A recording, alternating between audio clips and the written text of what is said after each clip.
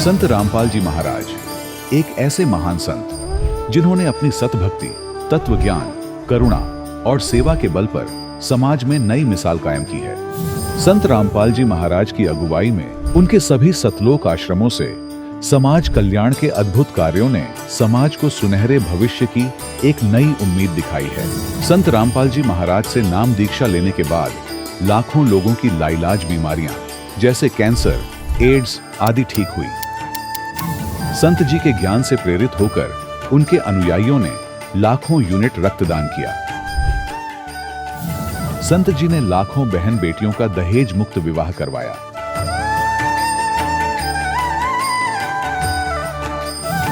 संत जी ने लाखों लोगों का नशा छुड़वाया, करोड़ों उजड़े परिवार बसे।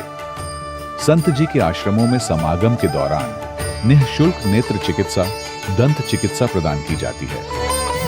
संत रामपाल जी महाराज द्वारा समय समय पर पर्यावरण संरक्षण के उद्देश्य से बड़े स्तर पर वृक्षारोपण किया जाता है।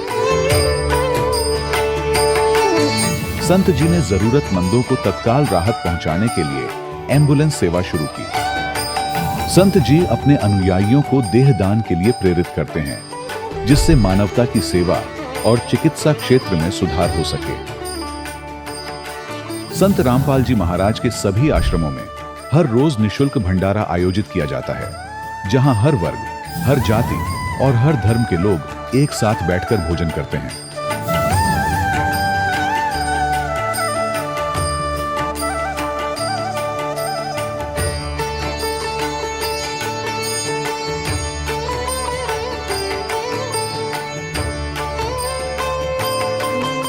संत रामपाल जी महाराज की अन्नपूर्णा मुहिम ने गरीब और बेसहारा लोगों के जीवन में एक नई ऊर्जा और उम्मीद को जन्म दिया है। घर घर खाद्य सामग्री और जरूरी मदद पहुंचाकर संत रामपाल जी महाराज ने लोगों को दुख और मजबूरी से लड़ने की ताकत प्रदान की है।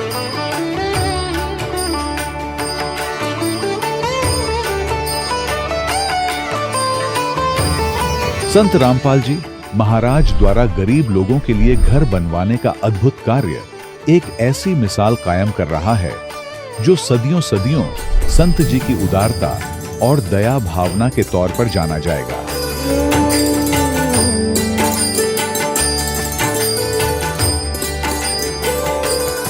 संत रामपाल जी महाराज के आश्रम में हजारों बुजुर्गों को सम्मान और प्यार के साथ जीवन जीने का अवसर मिलता है। उनके खाने, रहने और स्वास्थ्य की पूरी जिम्मेदारी संत रामपाल जी महाराज उठाते हैं। अनाथ बच्चों के लिए संत रामपाल जी महाराज के सभी आश्रम किसी वरदान से कम नहीं। यहाँ उन्हें शिक्षा, संस्कार और भविष्य के लिए बेहतर अवसर प्रदान किए जाते हैं। चाहे बाढ़ हो, भूकंप या महामारी, संत रामपाल जी महाराज और उनके अनुयायी हमेशा ही जरूरतमंदों के लिए सबसे आगे खड़े रहते हैं। कोविड महामारी के दौरान संत रामपाल जी महाराज के आश्रमों से करोड़ों लोगों के लिए भोजन, दवाइयां और जीवन रक्षक सामग्रियां उपलब्ध कराई गई। चाहे गरीब की मदद हो या किसी शोषित और पीड़ित वर्ग के हक और सम्मान की लड़ाई, संत रामपाल जी महाराज ने हमेशा ही उनकी दबी आवाज को सरकारों तक पहुंचाया है और उन्हें उचित न्याय दिलवाने में अहम भूमिका अदा की है। समाज में आध्यात्मिक और सामाजिक मूल्यों के प्रति जागरूकता लाने में संत रामपाल जी महाराज हर कदम पर मानवता के सच्चे सेवक साबित हुए हैं। संत रामपाल जी महाराज का जीवन हमें सिखाता है कि सच्ची सेवा वही है जो निस्वार्थ भाव से की जाए। आइए हम भी इस महान सेवा के कार्य में इस महान संत से जुड़ें और संत रामपाल जी महाराज से नाम दीक्षा लेकर अपने जीवन को धन्य बनाएं।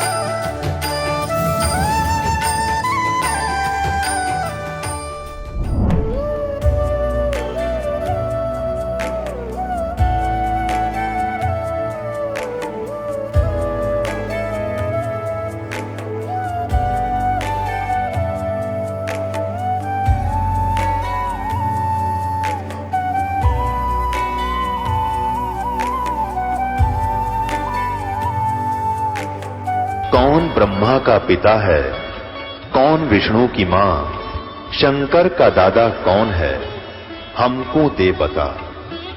ये जानने के लिए कृपया सुनिए।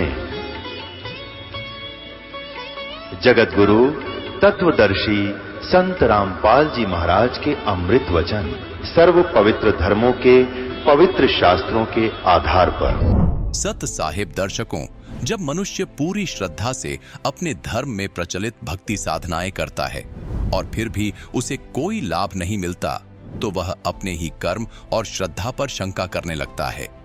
फिर चाहे वह शिक्षा हो, व्यवसाय हो या भक्ति ही क्यों ना हो। दर्शकों, कुछ ऐसी ही कहानी थी पंजाब के रहने वाले चेतराम जी की।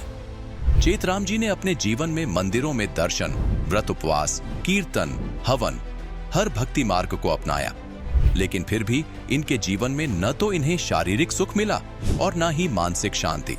लेकिन दर्शकों, आज चेतराम जी बताते हैं कि मेरा जीवन उस दिन बदल गया जब मुझे संत रामपाल जी महाराज द्वारा लिखित पवित्र पुस्तक ज्ञान गंगा प्राप्त हुई। यही क्षण इनके जीवन का वास्तविक टर्निंग पॉइंट बन गया। अब प्रश्न यह उठता है, आखिर ऐसी क्या विशेषता है ज्ञान गंगा पुस्तक में कि जिसे भी यह पुस्तक पढ़ने का सौभाग्य मिलता है, उसका जीवन संत रामपाल जी महाराज की शरण में आने के लिए स्वतः ही प्रेरित हो जाता है।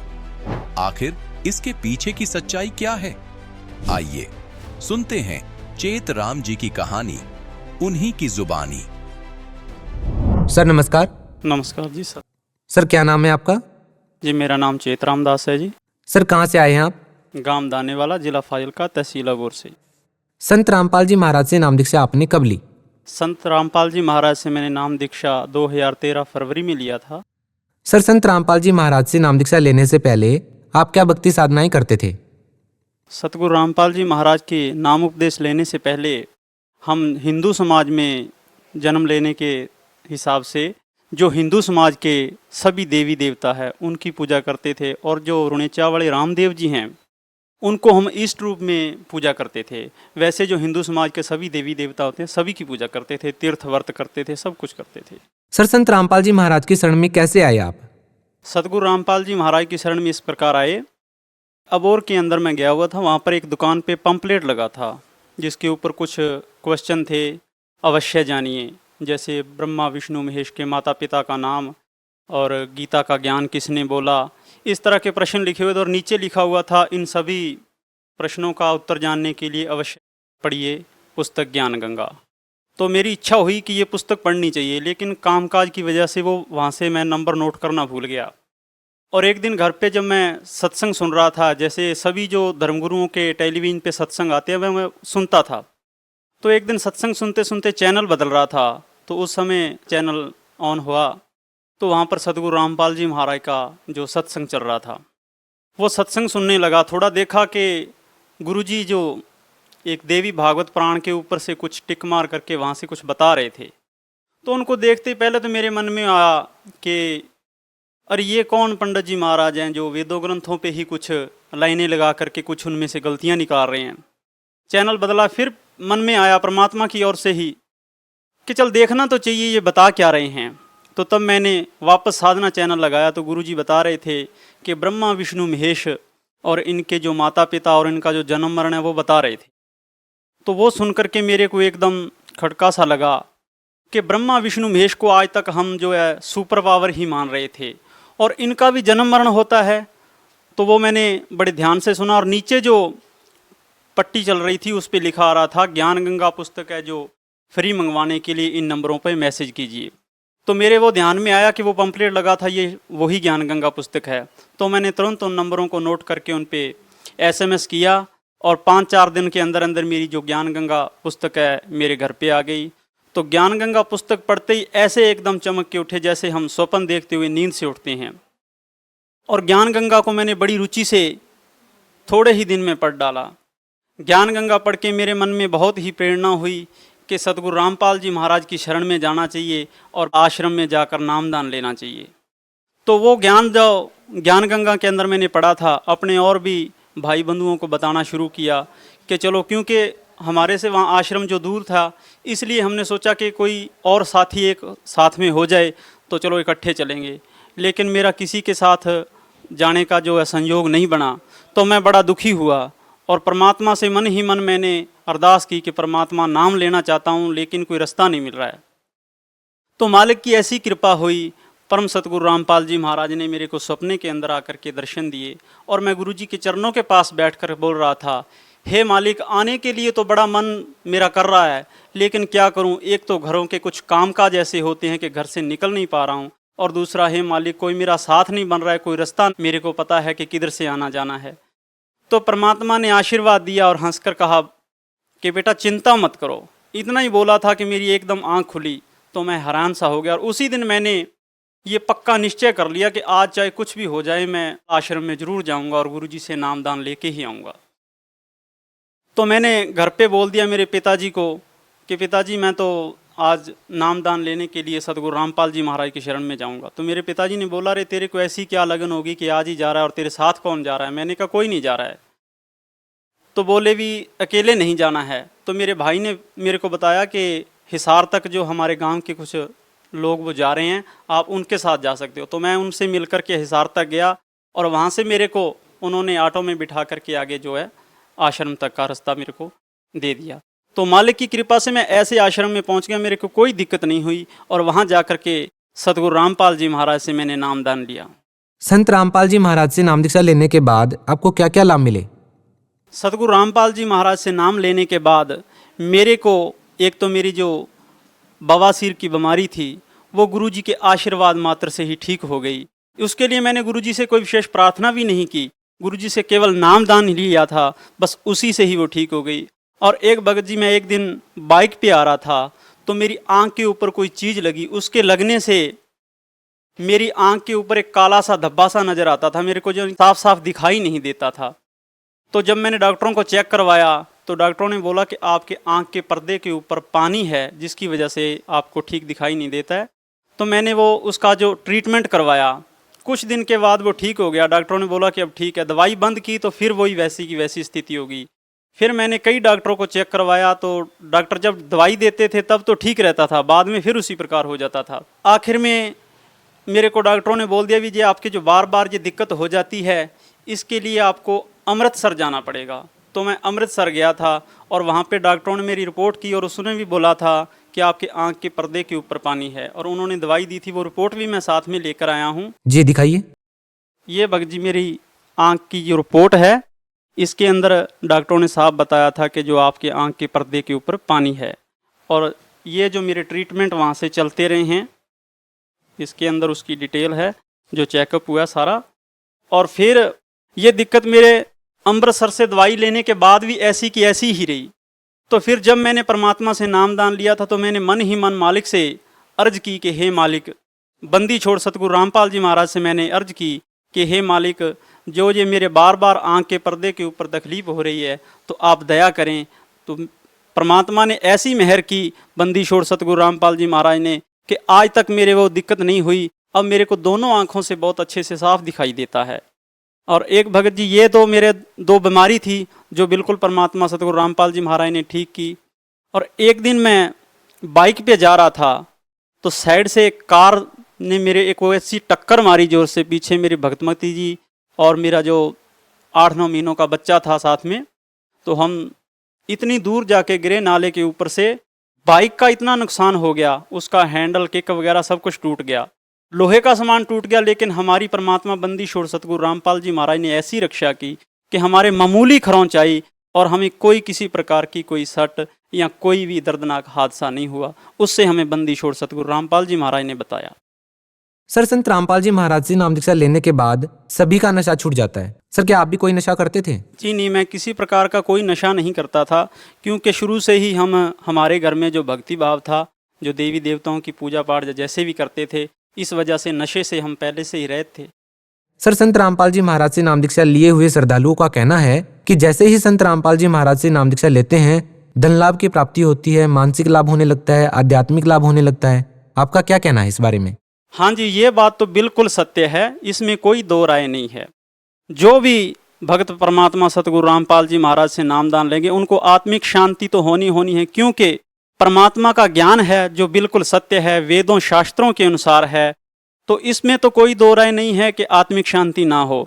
और धन लाभ तो हमारे परमात्मा सतगुरु रामपाल जी महाराज कहते हैं कि ये तो रुंगे में ही दे देते हैं, ये हमारे सौदे में नहीं है, लेकिन हम रुंगे में ही दे देते हैं। और वास्तव में ये सत्य भी है, मेरे साथ भी ये हुआ है, क्योंकि पहले भी हम घर में जो काम काज करते थे उसकी वजह हमारे घर के अंदर जो आर्थिक स्थिति हमारी बिल्कुल खराब थी। तो अब जब हमने परमात्मा से नाम दान लिया है बंदीछोड़ सतगुरु रामपाल जी महाराज से, तब से हमारी आर्थिक स्थिति भी अच्छी है। और मालिक की दया से आध्यात्मिक ज्ञान की तो क्या कहनी बात, पहले तो हम बिल्कुल दिशाहीन थे, हमको पता ही नहीं था परमात्मा है कौन। हम कभी ब्रह्मा विष्णु महेश को परमात्मा मानते थे, तो कभी दुर्गा को, जो आ गया उसी को परमात्मा मानते थे। अब हमें सतगुरु रामपाल जी महाराज ने ऐसा ज्ञान करवा दिया वेद शास्त्रों के अनुसार से कि अब हमको कबीर परमात्मा ही दिखाई देते हैं, सतगुरु रामपाल जी महाराज परमात्मा दिखाई देते हैं, और नहीं। सर, आज तक किसी भी धर्मगुरु ने ये नहीं बताया कि कबीर जी भगवान हैं। अब संत रामपाल जी महाराज जी का कहना है कि कबीर साहिब जी भगवान हैं। उन्होंने वेदों का, गीता जी का, गुरु ग्रंथ साहिब का रेफरेंस देकर के, प्रमाण देकर के ये बातें बताई हैं कि कबीर साहिब जी भगवान हैं। क्या ये बातें सही हैं? हाँ जी, ये बात बिल्कुल सत्य है, क्योंकि हमारे चारों वेदों के अंदर लिखा है, कुरान शरीफ के अंदर लिखा है, बार बार कबीर साहिब का नाम आता है कि परमात्मा कबीर ही है। कुरान शरीफ के अंदर भी है और चारों वेदों के अंदर भी हर जगह जगह पे लिखा हुआ है, और परमात्मा कबीर साहिब की वाणी में तो बहुत जगहों पे लिखा हुआ है। सर, आप भगत समाज को क्या संदेश देना चाहेंगे? भगत समाज को मेरी विनम्र प्रार्थना है कि किसी भी काल के दूतों की या मीडिया द्वारा फैलाई हुई बातों का विश्वास न करके सत्य ज्ञान को ग्रहण करें। जैसे ज्ञान गंगा पुस्तक है उसको पढ़ें, और जो चैनल पे परमात्मा सतगुरु रामपाल जी महाराज का सत्संग आता है उस सत्संग को सुने, ज्ञान ग्रहण करें, ज्ञान की दृष्टि से देखें, ना कि किसी की सुनी सुनाई बातों का विश्वास न करके मालिक का ज्ञान ग्रहण करके फिर परमात्मा बंदीछोड़ सतगुरु रामपाल जी महाराज की शरण में आएं और अपना कल्याण करवाएं। जी, बहुत बहुत धन्यवाद। सत साहिब। दर्शकों, अभी आपने सुने संत रामपाल जी महाराज से दीक्षा प्राप्त करके सुखी हुए भक्त के अनुभव। अब देखिए जगत गुरु तत्वदर्शी संत रामपाल जी महाराज के मंगल प्रवचन। तो पुण्यात्माओं, ये भूल सत्संग से मिटती है कि जो सदग्रंथ हम मानते हैं वो किसी व्यक्ति विशेष के बोले हुए नहीं है। जैसे वेदों और गीता और पुराणों को हम अज्ञानतावश ये मानते हैं कि वेद व्यास जी ने बोले और लिखे हैं। लिखे तो वेद व्यास जी ने हैं, लेकिन उनके बोलने वाली अन्य शक्ति है। जैसे पवित्र चारों वेद और पवित्र श्रीमद् भगवत गीता, ये परमात्मा का दिया हुआ ज्ञान है, किसी व्यक्ति विशेष का बोला हुआ नहीं है। 18 पुराण क्या हैं? ये ऋषि महर्षियों का अपना अनुभव है। उन्होंने जैसा वेदों को, गीता को समझा और जैसा उनका अनुभव हुआ, तो जो ज्ञान वेदों और गीता जी में है, यदि उनसे पुराणों का ज्ञान मेल नहीं खाता है तो वो यथार्थ ज्ञान नहीं है। वो व्यक्ति विशेष, ऋषि विशेष का अपना अनुभव है, उसके अपने विचार है, और वो व्यर्थ है, वो यथार्थ नहीं है। यथार्थ का तात्पर्य यहाँ भिन्न हो जाता है। एक तो यथार्थ ये है कि वो जो भक्ति विधि है पुराणों में, यदि वे वेदों से नहीं मिलती है तो वो यथार्थ नहीं है। और जो उसमें कथाएं हैं, उसने ऐसा किया, उसने ऐसा किया, वो राजा ऐसा था, ये यथार्थ है।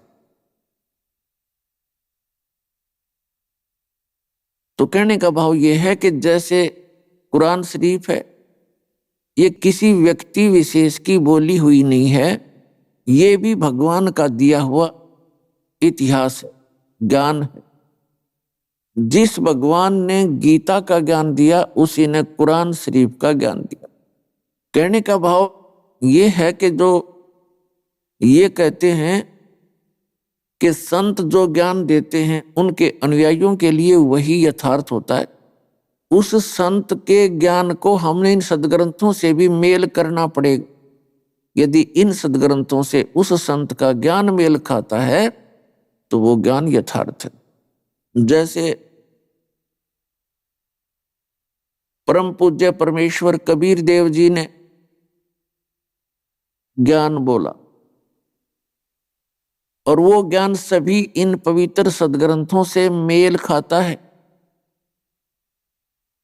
और जो इन सदग्रंथों में जो ज्ञान नहीं है, उनसे आगे का भी वो परमात्मा, उस समर्थ परमात्मा कबीर जी ने हमें ज्ञान दिया है।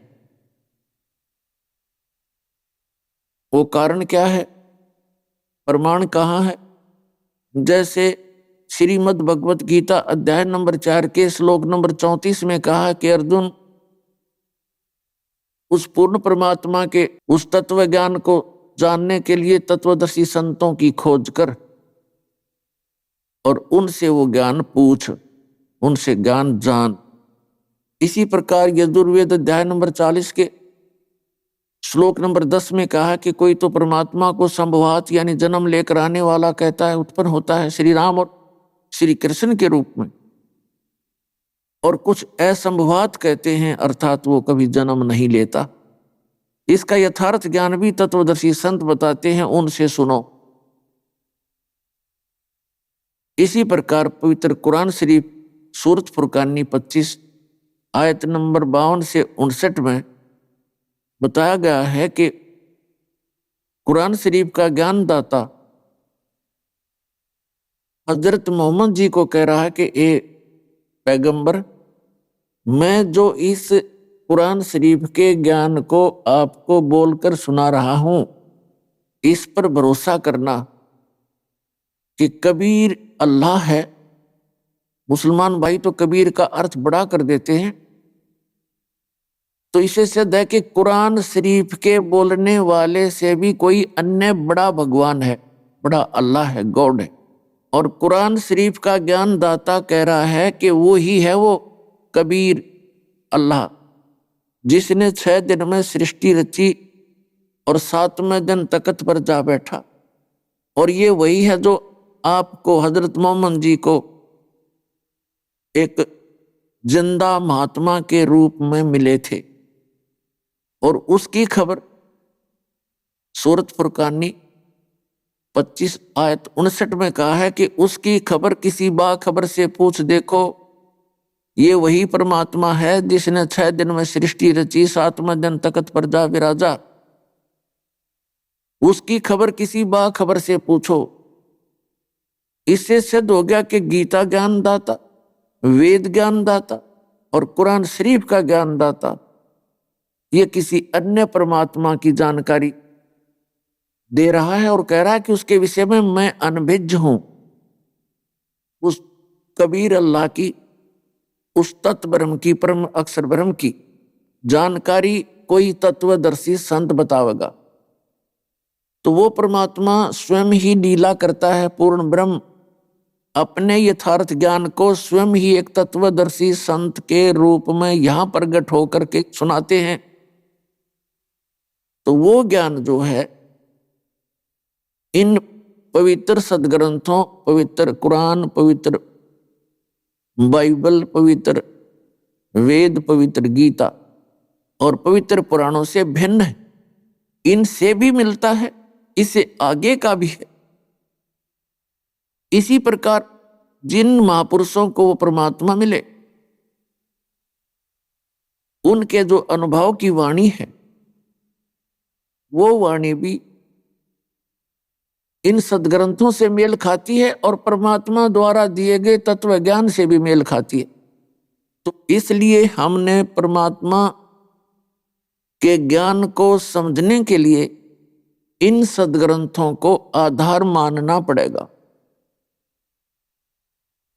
इन सदग्रंथों से हमें ज्ञान होता है तो क्या बताते हैं, मानुष जन्म दुर्लभ है, मिले न बारंबार, तरवर से पत्ता टूट गिरे वो बहोर न लगता डर। मानुष जन्म पाए कर जो नहीं रटे हरि नाम, जैसे कुआ जल बिना फिर बनवाया क्या काम। अपनात्माओं, मनुष्य जीवन पाकर हम भक्ति भी करते हैं और वो भी मनमाना आचरण करते हैं, शास्त्र विधि त्याग कर किसी संत विशेष की बताई भक्ति विधि पर हम अपना जीवन व्यर्थ करते हैं, तो वो भी हमारे जो जीवन का उद्देश्य था उससे भी पूरा नहीं हो पाएगा। जो भक्ति नहीं करते वो भी अपना मनुष्य जीवन व्यर्थ कर रहे हैं, और जो भक्ति कर भी रहे हैं वो भी शास्त्र विधि त्याग का मनमाना आचरण कर रहे हैं। नकली संतों के पास बैठकर तो वो भी अपना जीवन व्यर्थ कर रहे हैं। दास का उद्देश्य है कि सभी सदग्रंथों से सच्चाई को निकालकर भगत समाज के सामने प्रस्तुत करूं, ताकि आप अपनी दिशा को ठीक कर सकें। तो उसके लिए हमने कोई आधार बनाना पड़ता है। तो हमारे इस दास के सत्संगों का आधार रहेगा पवित्र चारों वेद, पवित्र 18 पुराण, पवित्र श्रीमद् भगवत गीता और अन्य जो सदग्रंथ हैं, और पवित्र कुरान, पवित्र बाइबल, पवित्र गुरु ग्रंथ साहिब। तो इन सदग्रंथों के अंदर जो ज्ञान है वो हमारे मनुष्य जीवन का यानी भगत समाज का एक सिलेबस है, एक पाठ्यक्रम है। और पाठ्यक्रम के अंदर एक विद्यार्थी का सारा जो लिखा हुआ होता है कि उसने केवल उस पाठ्यक्रम के अनुसार ही अपना रिमेम्बर करना है, उसको याद करना है। और जो टीचर सिलेबस से हटकर ज्ञान सुनाते हैं वो दंत कथा है, लोक वेद है, उससे जीवन नाश हो जाएगा।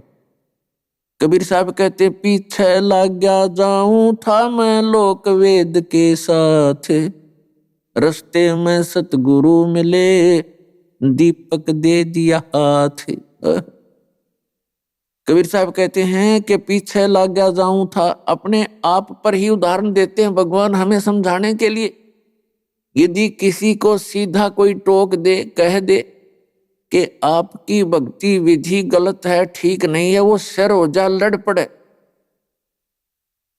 हम ऐसी बुद्धि के हो गए, ऐसा स्वभाव बिगड़ गया हमारा, हम भगत होते हुए भी और मारने काटने को तैयार हो जाते। यदि आप जी को कोई ये कह रहा है कि आपका नोट नकली है, यदि आपका नोट असली है तो उसके कहने से वो नकली डुप्लीकेट नहीं हो सकता, तो दुख किस बात का। और यदि किसी ने आपके नोट को नकली कहा है और आप असमंजस में पड़ते हो तो उसकी जांच करवा ले, इतनी सी बात। तो उसमें लड़ने और झगड़ने की क्या बात है। वो तो दुष्ट लोग झगड़ा करते हैं, जैसे कोई डुप्लीकेट माल बेच रहा हो और उसको उसके विषय में कोई किसी ग्राहक को बता दे कि उस दुकान पर डुप्लीकेट माल बिकता है भाई, तो वो लड़ने के लिए आता उस बताने वाले के लिए कि तूने क्यों मेरी पोल खोल दी। तो वो दुष्ट इंसान होता है, उसका उद्देश्य जनता को ठगना ही होता है। तो पुण्यात्माओं, दास जो ज्ञान दे रहा है आप जी को सतर्क कर रहा है कि इन दुकानों पर नकली माल बिक रहा है। अध्यात्म वो कौन कौन से हैं? ये राधा स्वामी पंथ, जय गुरुदेव पंथ, धन धन सतगुरु, सच्चा सौदा, सिरसा और जगमाल वाली वाला पंथ, और जितने भी ये निरंकारी पंथ और ये आसाराम का पंथ, सुधांशु का पंथ, ये कृपाल और ये कुमार स्वामी, जितने भी हैं ये सारा डुप्लीकेट माल बेच रहे हैं और तुमको ठग रहे हैं।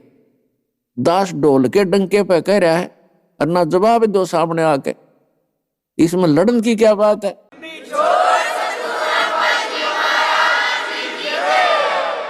तो जो झगड़ा जो करते हैं वो दुष्ट लोग होते हैं और उनको ये डर होता है कि कहीं तुम्हारे ग्राहक ना टूट जाए। उनको केवल अपना माल बेचने से मतलब है और दुनिया को ठगना ही उद्देश्य होता है, वो परमार्थी प्राणी नहीं होते। तो पुण्यात्माओं, सबसे बड़ा घोटाला दास ने इस भक्ति मार्ग में देखा। इसमें कितना कोई ठिकाना ही नहीं, किसी प्राणी का, किसी संत का कोई आधार नहीं, जिस कारण से आप जी का जो जीवन है उन नकली संतों के पास व्यर्थ हो रहा है। इसके लिए सत्संग सुनाए जाते हैं, सदग्रंथों के आधार बताए जाते हैं, और यहां पर आपको वो प्रमाण दिखाए जाते हैं ताकि आपको विश्वास हो सके कि हम सही दिशा पर चल रहे हैं, हमारा मार्ग ठीक है। तो उसके लिए कुछ महापुरुषों की कथाएं सुनाई जाती हैं।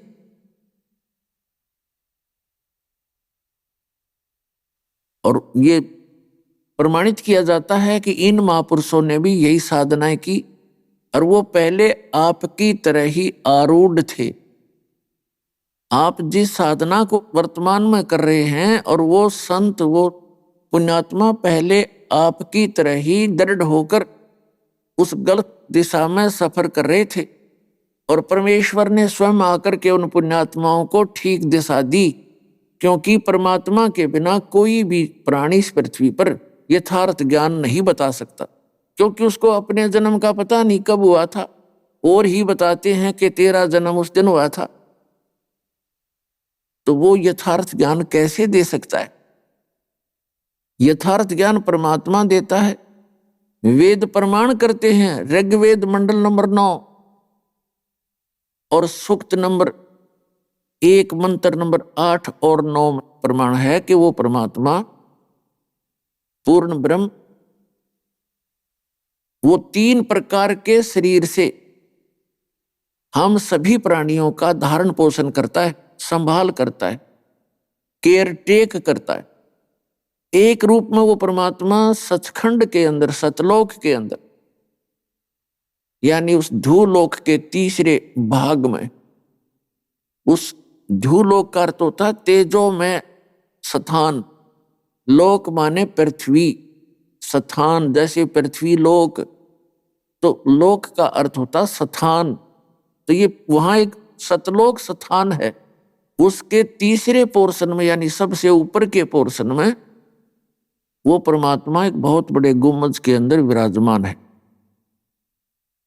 वहां उनके मनुष्य दृश्य है, सिंहासन पर विराजमान है, सिर पर छत्र है, मुकुट है, और उस परमात्मा के एक रोम को कितनी रोशनी है, करोड़ सूर्य मिला दे, करोड़ चंद्रमा, तो भी परमात्मा के एक रोम की रोशनी यानी प्रकाश अधिक है। दूसरी सतिथि में वो परमात्मा आते हैं प्रत्येक युग में। एक किसी सरोवर के अंदर कमल के फूल के ऊपर वो विराजमान होते हैं, और वहां से कोई निसंतान उनको उठा ले जाते हैं दंपति, फिर वो प्रवेश करते। तो उस समय परमात्मा के प्रवेश की लीला कंवारी गायों से होती है। धीरे धीरे बड़े होते हैं, छोटी ही उम्र में अपने तत्व ज्ञान का संदेश देना शुरू करते हैं, और बड़े बड़े विद्वान उनके सामने फीके पड़ जाते हैं। यही लीला परमेश्वर ने, दूसरे प्रकार की लीला परमेश्वर कबीर देव जी ने सन 1398 संवत 1455 ज्येष्ठ सुदी पूर्णमासी को भारतवर्ष की पावन भूमि पर काशी शहर के बाहर एक कमल के फूल पर लहर तारा तालाब के अंदर परमात्मा आकर के शिशु रूप धारण करके विराजमान हुए, और इसके प्रत्यक्ष दृष्टा थे श्री अष्टानंद महर्षि, जो महर्षि रामानंद जी के शिष्य थे। तो कहने का भाव ये है कि उस समय जब परमात्मा आए तो 5 वर्ष की लीला में आयु में, और 104 वर्ष के उस महर्षि रामानंद के छक्के छुड़ा दिए ज्ञान में, और मानना पड़ा उस 104 साल के वृद्ध उस ब्राह्मण पंडित ने, जिसको वेदों का ज्ञाता और पुराणों का ज्ञाता, श्रीमद् भगवद गीता का विद्वान माना जाता था। उसने नतमस्तक होकर कहा कि तुम स्वामी में बाल बुद्धि, मेरा कर्म भ्रम भयो नाश, गरीबदास निज ब्रह्म तुम मेरा हो गया दृढ़ विश्वास कि आपके ज्ञान के सामने तो मैं एक बाल बुद्धि, एक बालक जैसी बुद्धि वाला व्यक्ति हूं। मैं तो अपने आप को मैं ऋषि बनाए बैठा था। हे परमात्मा, तेरे ज्ञान के आगे हमारे ज्ञान का कोई स्थान। और तीसरे प्रकार की वो स्थिति कैसे करते हैं परमात्मा? कभी भी कहीं पर भी, जैसे सतयुग त्रेता द्वापर में उसमें ऋषियों का ज्यादा प्रचलन था, तो परमात्मा ऋषि रूप में प्रकट होकर के ज्ञान दिया करते थे, कभी भी कहीं प्रकट हो जाते थे।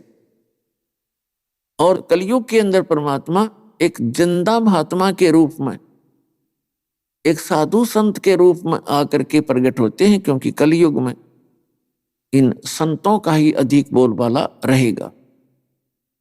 तो जब वो परमात्मा संत रूप में यहां प्रकट होते हैं तो किसी अच्छी आत्मा को मिलते हैं, पुण्य आत्माओं को मिलते हैं, उनको अपना यथार्थ ज्ञान सुनाते हैं और उस स्थान से परिचित कराते हैं जहां वो परमात्मा कबीर जी स्वयं रहते हैं। और वहां से फिर उनको वापस छोड़कर जाते हैं। फिर वो महापुरुष उन आंखों देखा परमात्मा के उस निज स्थान सतलोक सचखंड का वो वर्णन करते हैं। तो वो प्रमाण इन वेदों और गीता से भी मिलता है, पुराणों से भी मेल खाता है। तो उन महापुरुषों का, जो परमात्मा से परिचित जो महापुरुष हुए हैं, उनका ज्ञान प्रत्येक ग्रंथ से मेल खाता है। और जितने भी राधा स्वामी पंथ, निरंकारी पंथ और ये आसाराम के पंथ और जितने भी ये कृपाल और ये सुधांशु जी और ये कुमार स्वामी, इनका ज्ञान लोक वेद है, ना किसी वेद से मेल खाता है, ना किसी पुराण से मेल खाता है। ये ब्रह्मा विष्णु महेश को अजरो अमर सर्वज्ञ कालज्ञ बताते हैं। तो ये परमात्मा से परिचित संत नहीं है, इनके पास यथार्थ ज्ञान नहीं है। अपने आत्माओं इसी प्रकार जो परमात्मा तीसरी स्थिति में आते हैं, वहां किन किन को मिले? वेद में लिखा है, ऋग्वेद मंडल नंबर 9 सूक्त नंबर 1 और मंत्र 8-9 में यह आपको बता दिया स्थिति। ऋग्वेद मंडल नंबर 9 सूक्त नंबर 82 के मंत्र 1, 2, 3 में, ऋग्वेद मंडल नंबर 9 सूक्त 86 के मंत्र 26 और 27 में, ऋग्वेद मंडल नंबर 9 सूक्त 20 मंत्र 1 में, ऋग्वेद मंडल नंबर 9 सूक्त 96 यानी 96 के मंत्र 16 से लेकर 20 में, ऋग्वेद मंडल नंबर 9 सूक्त 94 के मंत्र 1 में, ऋग्वेद मंडल नंबर 9 सूक्त 95 के मंत्र 2 में, और भी अनेक स्थानों पर ये प्रमाण है।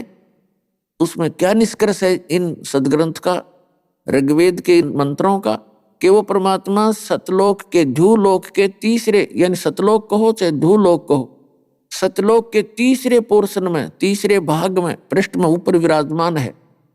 राजा के समान सिंहासन पर बैठा है, देखने में राजा के समान है। और वही परमात्मा अपने रूप को हल्का करके, सरल करके, यानी जैसे किसी कक्ष में, कमरे में 3-4 ट्यूब जग रही हो, कोई 1000 की, कोई 500 की, कोई 100 की, उसमें एक 0 वाट का भी बल्ब हो तो सभी ऑफ करके एक 0 वाट का ऑन कर दिया तो पर्याप्त प्रकाश प्राप्त है, उपलब्ध है, उससे ही काम चलेगा उसमें। तो इसी प्रकार परमात्मा अपने अंदर के उस सारे प्रकाश को ऑफ करके और सिंपल एक 0 वाट का, यानी बहुत कम प्रकाश में शरीर से वो नीचे आते हैं। फिर भी अन्य प्राणियों से उनका रूप, उनका चेहरा कुछ भिन्न ही होता है। तो इस प्रकार वो परमात्मा नीचे आते हैं, अच्छी आत्माओं को मिलते हैं। और नीचे आकर मिलने का उनका उद्देश्य क्या होता है? कि उस तत्व ज्ञान का उपदेश करते हैं। वो पूर्ण परमात्मा स्वयं ही आकर के यथार्थ ज्ञान प्रदान करते हैं। इसी प्रकार और वो परमात्मा एक कवियों की तरह आचरण करते हैं, कवियों की तरह इधर उधर घूमते रहते हैं। कहीं पर भी खड़ा होकर के ऊंचे स्वर में आवाज लगाना शुरू कर देते हैं अपने यथार्थ ज्ञान का। तो वो लीला परमेश्वर कबीर देव जी ने 600 वर्ष पहले सन 1398 से सन 1518 तक 120 वर्ष ये लीला की और सह शरीर आए थे लाखों लोगों के सामने सैसरी चले गए थे मगर स्थान से। तो वो पूर्ण परमात्मा है, वो कबीर देव हैं जो काशी में धानक रूप में आए थे। अब जिन महापुरुषों को वो परमात्मा आकर मिले हैं, वो क्या क्या लीलाएं की हैं। एक समय परमात्मा कबीर जी संवत 1455 से और संवत 1575 120 वर्ष यहां रहे। उसी दौरान वो परमात्मा जिस उद्देश्य को लेकर आते हैं, अच्छी आत्माओं को मिलते हैं, उनको यथार्थ ज्ञान से परिचित कराते हैं, अपना वो साक्षी तैयार करते हैं। उनमें से एक धर्मदास नाम के बहुत बड़े सेठ थे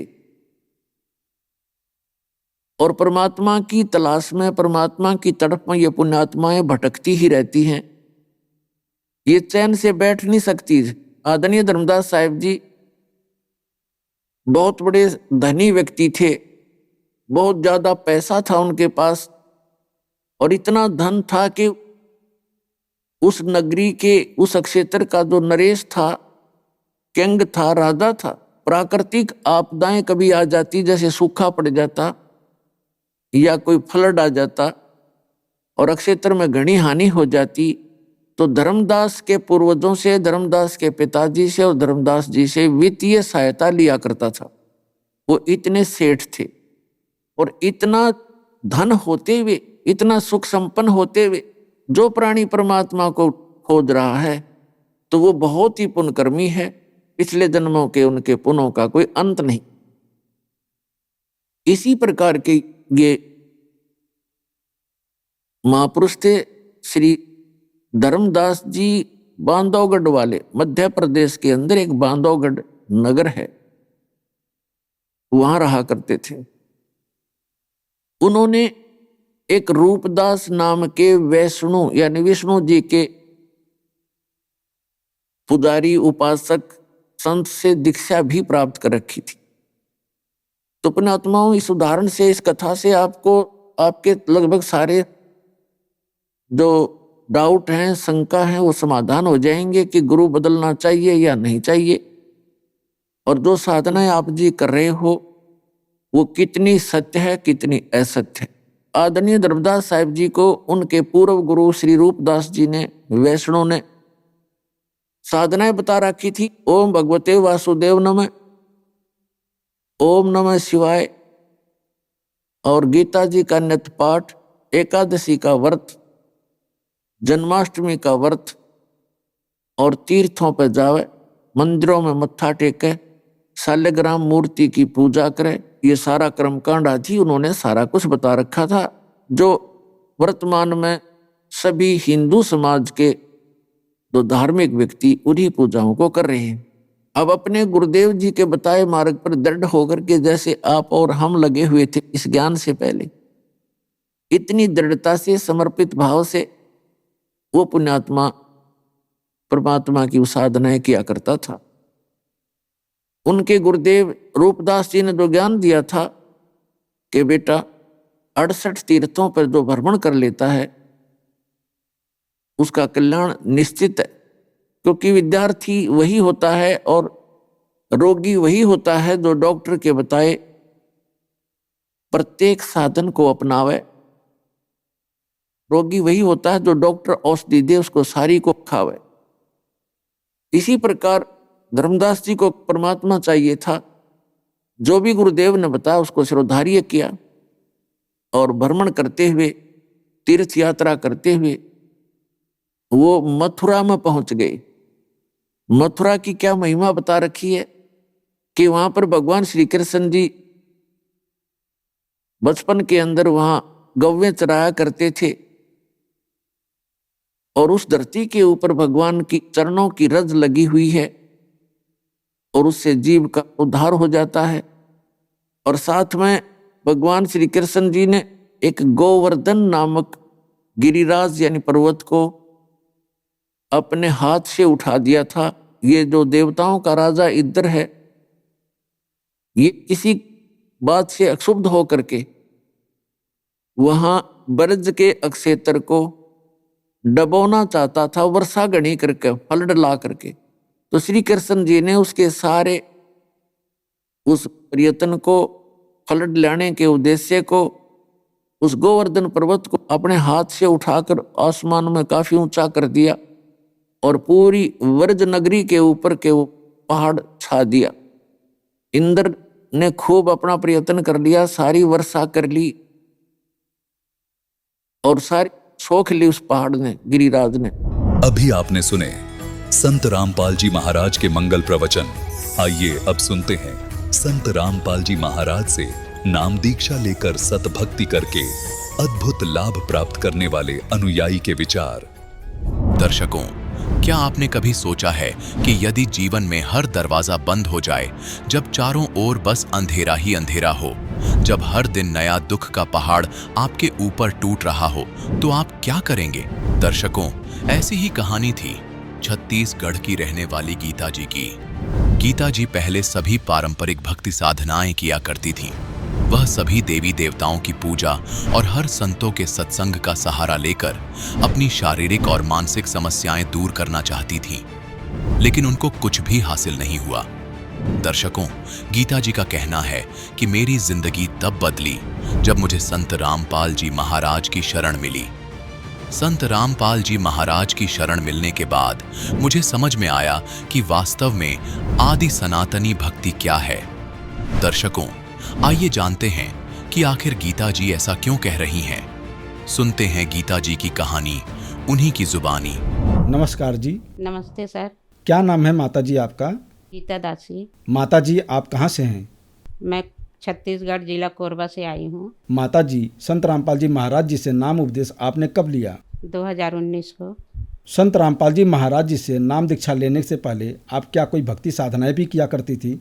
हाँ सर, मैंने बहुत भक्ति की है, मुझे कोई नहीं लाभ मिलता। मैं दुर्गा की पूजा करती थी, ब्रह्मा विष्णु महेश सब पूजा करते थे। मैं चर्च जितने भी हैं जो पृथ्वी में देवी देवता तो सबके मैं पूजा करके थक चुकी थी। मैं बहुत दुखी रहती थी। तो जैसा कि आपने बताया कि आप बहुत ज़्यादा परेशान थी, आपने सभी की पूजा करके देख ली, तो क्या दुख थे आपको? सर, पहले बात तो ये है, हमारे घर में कलेश होता था। कलेश, इतना कलेश होता था, जब रात होती तो मैं प्रार्थना करती थी, हे भगवान दिन ना हो, और दिन होते तो कहती थी हे भगवान रात ना हो। इसलिए कि रात निकल जाते थे अच्छे से तो दिन की मार पड़ती थी, और दिन निकल जाते अच्छे से तो रात को मार पड़ती थी। तो मैं पूरा दिन यही विनती करती थी, हे मालिक आज का दिन तो अच्छा निकल गया, रात कैसा निकलेगा? तो रात निकालने के लिए हे मालिक तुम दया करना दाता, ऐसे मैं रोज़ बोलती थी। देवी देवता के बारे में तो मुझे कुछ भी पता नहीं था कि कौन मुझे साथ देगा, कौन देवी देवता कैसे पूजा करूँगी। ऐसी पूजा करती थी, अनपढ़ गाँठ जैसे बनती थी। जैसे शिव जी में जल चढ़ाना, जैसे दुर्गे के पास जाके घंटी उंटी बजा के आती हुआ घुमा घूमी के आ जाओ। ऐसे में जगह जगह गिड़गड़ाती थी, जाती थी, मुझे कोई लाभ नहीं मिलता था कहीं से भी। सर, मैं इतना बीमार थी। पहले तो मैं बताती हूँ, गुरु बनाए हमने, प्रेम रावत के सत्संग में जुड़े। बोले कि वहाँ पे जाओगे, प्रेम रावत के सत्संग सुनोगे, भक्ति करोगे तो तुम्हें लाभ मिलेगा। तो वहाँ पे जुड़ी 2001 में। 7 साल वहाँ गए सत्संग में, कुछ लाभ नहीं हुआ। फिर उसके बाद में वो छोड़ दी। फिर कुल गुरु बनाए मैंने अपने जाति में। बोले कि आप इसमें जुड़ो, आप भक्ति करो तो आपको लाभ मिलेगा। वो छोड़ दी सर। फिर उसके बाद बोले कनकी में एक बाबा है, वो दुख दूर करते हैं, उसको गुरु बना लो। वो बोला कि मेरे को गुरु बनाओगे आपके दुख दूर हो जाएंगे। वो भी करके देख ली, कुछ नहीं लाभ होता। तो मैं थक हार के छोड़ के घर बैठ गई। तो फिर संत रामपाल जी महाराज जी के बारे में आपको कैसे पता लगा? संत रामपाल जी महाराज के बारे में सर, मुझे बीमारी हुई एक ऐसे, मैं उठ नहीं पाती थी, बैठ नहीं पाती थी, इतनी मुझे प्रॉब्लम थी। मुझे बच्चे खिलाते पिलाते थे अपने हाथ से। तो मेरी फूफा ससुर के जो परिवार हैं सब जुड़े थे इसमें, संत रामपाल जी के शरण में नाम दीक्षा लिए हुए थे।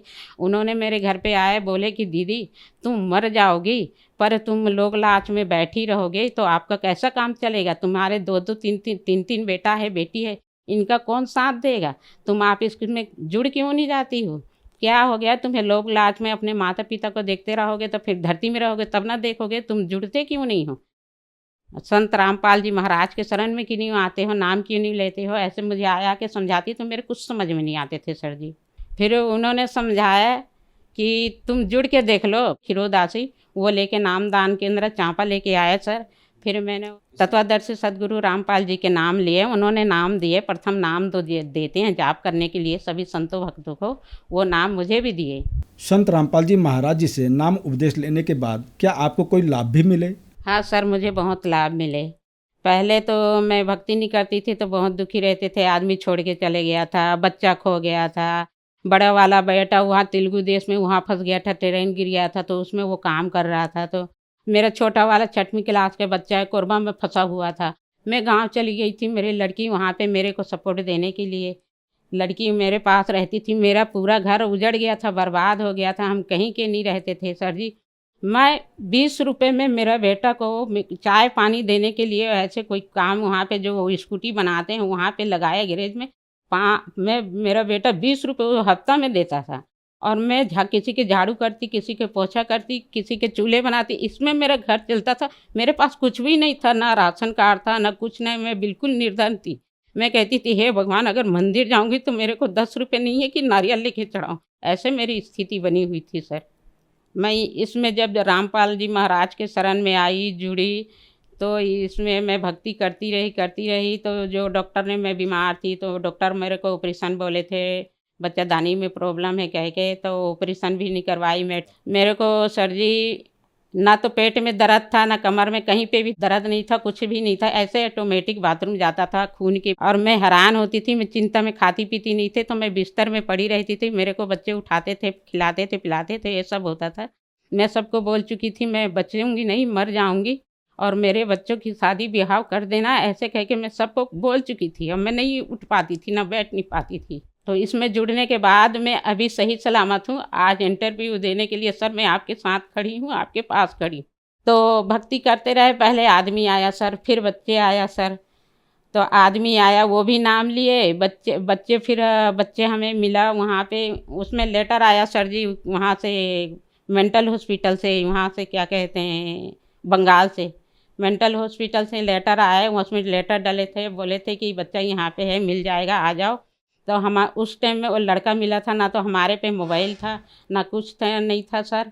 तो क्या कहते हैं, लड़का बाकायदा जो उसके पापा के फ़ोन नंबर, मोबाइल थी, उसमें का नंबर था, मेरे ससुराल के एड्रेस थे, मेरे मायके के एड्रेस था, कोरबा ज़िला का एड्रेस था। फिर हम वहाँ पे ढूंढते गए सर, और लड़का मिल गया। जब लड़का मिला तो इस स्थिति में मिला सर, वो लड़का ना तो बोल पाता था, ना सुन पाता था, और ना देख पाता था। आवाज़ वो बोलता तो समझ नहीं आता था। अभी सर लड़का मेरे साथ है, अच्छा से बोल लेता है, अच्छा है, और हम सब मिलके भक्ति करते हैं। सब ने नाम ले लिए हैं सर। आदमी 2014 में छोड़ के चले गया था, और लड़का है तो 2015 में निकल गया था। और हम ना जब नाम दीक्षा 2019 में लिए तो हमारा सारा पूरा परिवार एक जगह हम इकट्ठे हो गए। हम खुशी से जीवन बिता रहे हैं सर, और हम सब एक जगह हैं, और सब मस्त बढ़िया से बहुत अच्छा भक्ति करते हैं सर। और लाभ तो इतना हुआ सर, अब मैं बता नहीं पाऊंगी। जैसे हम जा रहे थे गुरु दर्शन के लिए जा रहे थे, तो मेरी बेटी थी, मेरे आदमी थे, और हम थे, हम तीनों जा रहे थे। तो ना वहाँ पे हम क्या कहते हैं, पुल के नीचे गिरे, जोर से नीचे गिरे। तो हमें किसी को खरोच नहीं आई। मुझे ऐसे लगा कि मेरे बंदी छोर सदगुरु रामपाल जी महाराज ने मुझे हाथों में उठा के मतलब बैठाया। ऐसे लगा वहाँ पे 6 बड़े बड़े सीला पत्थर थे सर। और फिर दोबारा हमें ये लाभ हुआ, एक बार ऐसे तो 3-4 बार घटना हुए सर। एक बार जा रहे थे, उसकी बहन, हमारे पतिदेव की बहन ज़्यादा सीरियस थी, मरने वाली ऐसे थे उसकी स्थिति। तो हम गए सर, तो देखने जा रहे थे। तो ना हम धीरे धीरे चला रहे थे गाड़ी, तो वो ना पता नहीं ऐसे लगा कि उठा के फेंक दिया हो मोटरसाइकिल किसी ने, ऐसा महसूस हुआ। पीछे कोई भी नहीं था। तो हम स्पीड में चल रहा था हाईवे, उसके आगे आए। तो जैसे आगे थे तो हम बोले कि हे मालिक बंदी छोड़ सदगुरु रामपाल जी महाराज, हम तो आज मर गए। ऐसे आए तो गाड़ी जहाँ पे थी उसकी हाईवर की, वहीं रुक गए। हमारे गाड़ी वहीं पे थी, हमें खरोच तक नहीं आई सर। ऐसे हमारे पास न जान तो 1000 बार बची है, एक बार की कौन कहे। हम अभी प्रेत बाधा में बीच में कुछ संकट के वजह से कैसे भी हुए, हम थोड़ा चपेट में आ गए थे प्रेत बाधा में। तो 100 लीटर के कैन में हमारे बच्चों ने मतलब चन्ना अमृत उसमें डाल दिए थे बच्चे हमारे। हमें नहीं पता था कि ये केमिकल का डब्बा है, ये मजा आया डब्बा है कह के हम रूम खाली किए ना।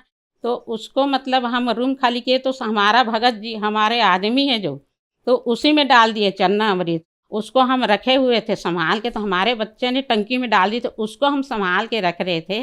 और हम ना रूम खाली किए। तो किसी भाई से उन्होंने मांगा कि भैया मेरे चन्नामृत बहुत ज़्यादा है, मेरे पास सामान रखने का नहीं है, आप कोई सामान दे दो। तो बोले कि ले जाओ, मेरे पास सामान है, 20 लीटर का कैन है, इसमें आप रख लेना, अच्छा है। उन्होंने सोचा कि ये इसको मैं दे दूंगा फ्री में, तो ये मांझ धो के अपना रखेगा तो मुझे मज़ा आए, मतलब कैन मिल जाएगा। और ये हमारे आदमी सोचे कि ये मेरे साथ रहता है, हम दोनों की अच्छी बनती है, तो मांझ धो के दिया होगा, ऐसे कह के समझ के कैन ले आया। तो सवेरे टाइम हमें 4 बजे करीब, हम सवेरे जल्दी हमें वहाँ से रूम खाली करना था सर। तो रूम खाली किए ना, तो जल्दीबाजी में उस कैन में चन्नामृत डाल दिया। अब हम यहाँ आए, शिफ्ट हुए 1-2 दिन के बाद, उसको देखे कि पीऊँगी कह के और इस्तेमाल करेंगे कह के, जो हमने उसको पिया चन्नामृत को 1 चम्मच सर जी, तो हमारे मुंह में छाला सा हो गया। तो उसको हम निकाले और देखे कि हम बोले कि चन्नामृत है, ये कैसे करें, फेंकना तो है नहीं हमें। अब महाराज जी बोलते हैं ये अमूल्य एकदम चीज़ है, फेंकना नहीं है, ना कुछ करना नहीं है, इसको पीना ही पीना है, ना कोई वस्तु में छिड़कना नहीं है। तो इसको क्या करना चाहिए? तो उसको तो मैं तो कपड़े में झोंक के ऐसे रख ली। फिर 3 महीने के बाद जैसे पाठ प्रकाश होता है, और 3 महीने के बाद में सर जी उसको हम पीने चालू किए। हम सोचे कि इसको पूरा ज़िंदगी कहाँ ढोएंगे, कहीं भगत जी को हम बताएंगे तो भगत जी हमें डांटेंगे कि तुम इतना बड़ा, इतने बेवकूफ़ हो, तुम्हारे बच्चे पढ़े लिखे नहीं है क्या, तुम दोनों तो अनपढ़ हो, बच्चे पढ़े लिखे नहीं है कि कैन का डब्बा, ये केमिकल का डब्बा है, इसमें तुम चन्नामृत को डाल दी, कह के डांटेंगे हमारे भगत भाई, कह के हम किसी को नहीं बताते थे सर। फिर उसके बाद क्या हुआ, 3 महीने के बाद उसको देखे तो पीने लायक हो गया, मेरे जीभ नहीं जली, ना बेटी का जीभ नहीं जली। तो हम सोचे कि पी लेते हैं, पी लिए हम तीनों, चारों, पाँचों, छयों सब रोज़ शाम को आरती होने के बाद उसको पीते पीते पी लिए सर। और उसको कैन को हमें वापस देना था ना, तो भगत जी बोले कि धो देना अच्छे से, और बाकी चन्नामृत को पी लेना 2-3 बार धो के, और उसको सुखा के एकदम देना, क्योंकि मालिक के चन्नामृत इतना अमूल्य है, हम नहीं समझ पाते, बाकी पढ़े लिखे लोग उन लोग समझ जाते हैं।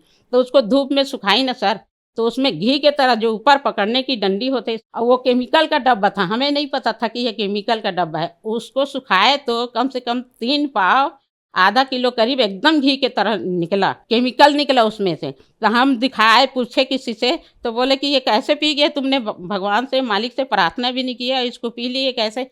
तो पहले हमने गलती की थी, तभी हमने सर प्रार्थना तो कर चुके थे मालिक से, अब उसमें से पिए हम, बिल्कुल सही है। अब जहाँ पे मैं सुखाई थी कैन के डिब्बा को, वहाँ पे घी निकला था ना, उसमें कीड़े मकोड़े मच्छर सारा चीज़ सर जी उसमें से सब खत्म हो गए थे। बाद में हमें चला, हम बताए तो कि ये केमिकल का डब्बा था। अभी हम जानबूझ के, कोई बोलेगा सर तो हम नहीं पी पाएंगे, बाकी अनजाने में हमने पूरा केमिकल के जल पी लिया, हमें और चन्नामृत पी लिया, हमें कुछ नहीं हुआ, हम छइयों के छई सही सलामत है बिल्कुल। गरीबी तो देखो सर, गरीबी तो अभी है ही है, कह दो मालिक के दया से छोटा मोटा ज़मीन दिला दिया है मालिक परमात्मा ने सस्ता में, और वो आज नहीं तो कल बन जाएगा। माता जी, जैसा कि आपने बताया कि आप पे बहुत ज़्यादा कष्ट थे, आपका परिवार उजड़ गया था, संत रामपाल जी महाराज जी ने दोबारा आपका परिवार बसाया और आपको बहुत सारे सुख भी दिए। तो जो दर्शक आज आपको टीवी पर देख रहे हैं और वो भी संत रामपाल जी महाराज जी से नाम उपदेश लेना चाहते हैं, तो कैसे ले सकते हैं? सर उन लोग के लिए मेरे हाथ जोड़ के प्रार्थना है, विनती में तो अपने रिश्तेदार, सास ससुराल वाले के सभी बहन भाइयों को और जगत के बहन भाई से हाथ जोड़ के प्रार्थना है कि आप इसमें संत रामपाल जी महाराज के शरण में आओ, अब इसमें उद्धार करो, कल्याण करवाओ। क्योंकि मैं इतनी दुखी रहती थी, मैं खून के आंसू गिरती थे मेरे सर। तो आज मैं बहुत खुश हूँ और अच्छे से हूँ, स्वस्थ हूँ, और मेरे बच्चे भी सब ठीक है सर। हर टीवी, हर चैनल में उसके सत्संग आता है सर, वो नीचे पीली पट्टी चलती रहती है, उसमें सारा नंबर रहता है। हर ज़िले में हर जगह केंद्र है पास में, और हर जगह हर गांव में हम लोग पुस्तक सेवा करते हैं सर। वहाँ से ज्ञान अपना लें और अपना कल्याण कराएं। धन्यवाद जी। सत्संग।